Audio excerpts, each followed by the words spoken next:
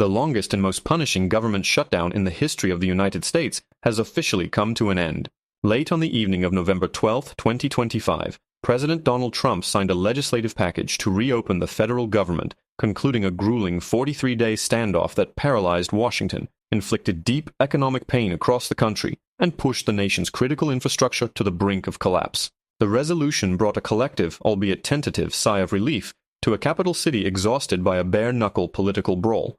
But the temporary nature of the deal and the bitter partisan rhetoric that followed the signing ceremony made one thing abundantly clear. The immediate crisis may be over, but the underlying war is far from finished. The bill, a continuing resolution passed by the House of Representatives, extends federal funding through January 30th, 2026, kicking the can down the road for another high-stakes showdown in just a matter of weeks. The package does, however, include full-year funding for several key areas, including military construction, the Department of Veterans Affairs, the Department of Agriculture, and funding for Congress itself. The 43-day ordeal took a significant and tangible toll on the nation. During the shutdown, an estimated 334,000 civilian employees at the Pentagon were furloughed, sent home without pay, and plunged into a state of deep financial uncertainty.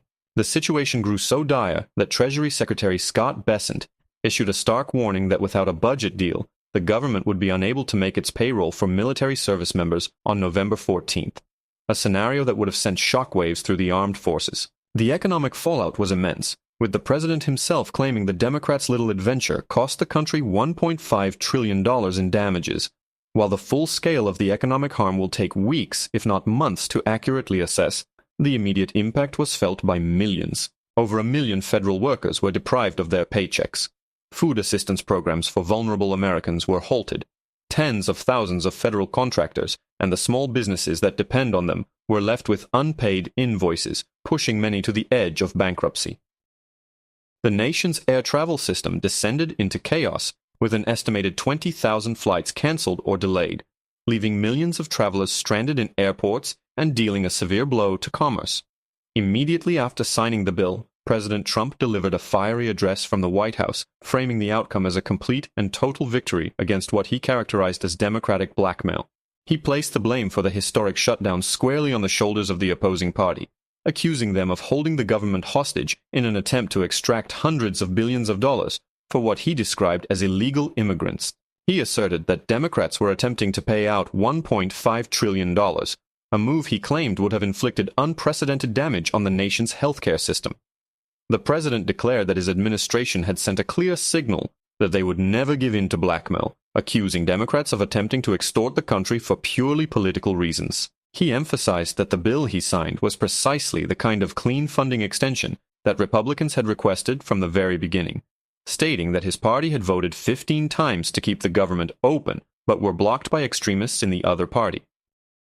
In his remarks, the president extended his gratitude to the Republican leadership who stood with him, specifically thanking Speaker Mike Johnson, Senate Majority Leader John Thune, House Majority Leader Steve Scalise, and Majority Whip Tom Emmer, among other congressmen and senators. He also thanked a broad coalition of organizations that he said supported the push to reopen the government, listing a diverse group of supporters that included the Teamsters Union, the American Federation of Government Employees, the Fraternal Order of Police, veterans organizations, the National Small Business Association, the American Farm Bureau, and the American Trucking Associations. He also cited support from Airlines for America, the Pilots Union, and the National Air Traffic Controllers Association, calling them all incredible patriots.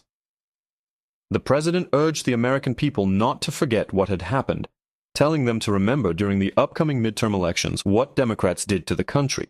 Pivoting from the shutdown, the president also made a forceful call to abolish the Senate filibuster, arguing that its elimination would prevent such a crisis from ever happening again. He contended that if the filibuster were gone, this shutdown would not have happened, and that Democrats would eliminate it in a heartbeat if they were in power. He then launched into a triumphant celebration of his administration's economic performance. He noted that the stock market had reached its highest levels in history across all sectors, marking the 48th time a new record had been set in the 9 months of his term. He connected this market performance directly to job growth and, critically, to the value of 401k retirement accounts, which he said had also hit a record high. He praised a report from Walmart, which, according to the president, found that the cost of a Thanksgiving meal this year was 25% lower than it was last year under the previous administration, calling it a very detailed and comprehensive report. The president also took a moment to thank the 8 Democratic senators who broke ranks and voted to end the shutdown, crediting them for finally doing the right thing.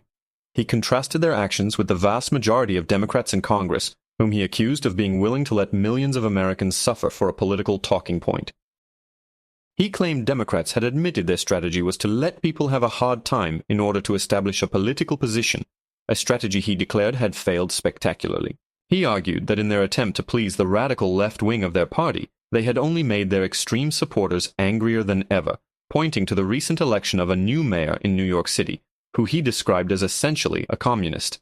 The president then transitioned to his broader economic and healthcare agenda, promising that his administration would continue to work to lower the cost of living and make America affordable again for all Americans. He touted falling energy prices, stating that gasoline was down to $2.50 a gallon and would soon be heading toward $2 a gallon, which he equated to a massive tax cut for the American people.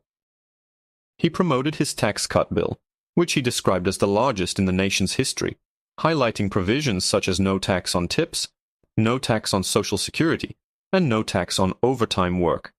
He also unveiled a new tax proposal, stating that interest payments on car loans would now be tax deductible, a move he framed as another huge tax cut in itself. His sharpest comments were reserved for the healthcare system, as he renewed his attacks on the Affordable Care Act, also known as Obamacare, calling it a disaster that Democrats had used to destroy the nation's healthcare. He accused President Barack Obama of pushing a crazy idea that led to the highest healthcare price increases of any country. President Trump then unveiled a core component of his new healthcare reform plan: to stop paying insurance companies hundreds of billions of dollars in subsidies and instead give that money directly to American citizens to purchase their own health insurance. He argued this would result in better, cheaper plans and would allow people to become independent entrepreneurs in their own healthcare choices. He claimed to have received excellent support for this idea, even from some Democrats, framing it as a way to redirect massive sums of money from insurance company profits directly into the pockets of the American people. While the president celebrated his victory, the Democratic leadership offered a starkly different narrative. They contended that the shutdown was a necessary fight to protect crucial healthcare subsidies under the Affordable Care Act for tens of millions of Americans. They accused Republicans of manufacturing a healthcare crisis and vowed that the fight was not over.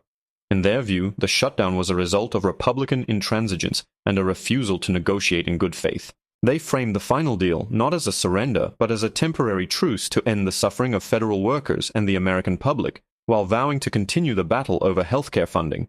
This sets the stage for another intense confrontation when the continuing resolution expires at the end of January. The fundamental disagreements over spending, immigration, and healthcare that led to this historic shutdown remain entirely unresolved.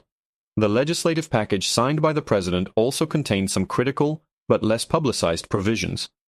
Notably, it included $200 million for the E-7 Wedgetail program.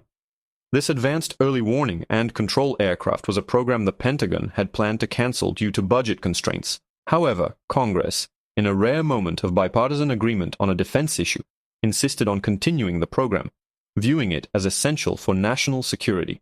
This inclusion highlights the complex negotiations that happened behind the scenes, even during a period of intense partisan gridlock. It demonstrates that even as the two parties were locked in a public war of